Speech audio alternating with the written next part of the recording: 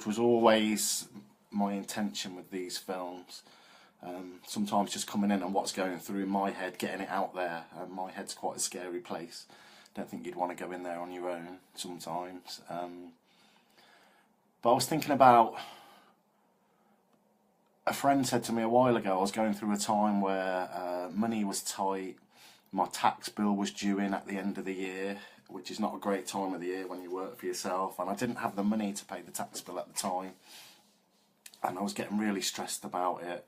And I was talking to a friend of mine about this, and I finished the conversation by saying, but do you know what? I'll always be alright. I really believe, and I've always believed, that I'm going to be alright. And she said to me, but do you really believe that, or is it a secondary belief? And she left me with that, and I went away and I was thinking about it, and I thought, well, if I really believed that I was going to be alright, why was I getting stressed? And that made me think about the conversation we had on here the other day when I was saying about how powerful beliefs are, and I do genuinely believe that. It's obvious.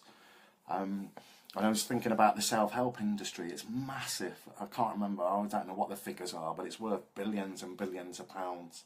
Books, DVDs, and to be fair, I think it's, it's a good industry. I'm sure there's things wrong with it, but if people are getting something out of reading a self-help book, then that's fantastic.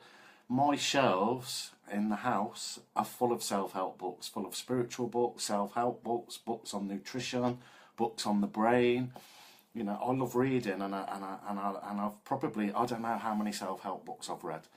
But then, like I said, that got me thinking, if we're reading all these self-help books and we'd listen to things like, The Secret, the Law of Attraction, why don't those things always work for people? Some people they do seem to work for, but I'd say the majority of people they don't seem to work. And the conclusion that I've come to is it's down to our beliefs. Like I said when I was talking about hypnotherapy, if you believe it's going to work, it'll work. If you don't believe it's going to work, then it won't work. And I guess it's as simple as that. A friend of mine said to me a few months ago, he offered me a big business opportunity. And as he said it to me, I could feel it would have meant me getting out in front of thousands and thousands of people. And I could actually feel the fear just coming up inside me, just welling up.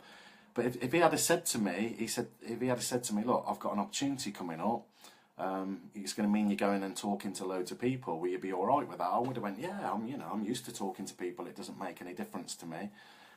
But when he actually put me on the spot with this and said, look, it's here, the opportunity's there, it actually wasn't, he was just winding me up. But when actually the thought of having to do it, it's there, I can't back out of this, the fear that came up really surprised me. And it made me realise that as much as I can say at times that I'm not scared, deep down, I really am. There is still fear there, which is okay.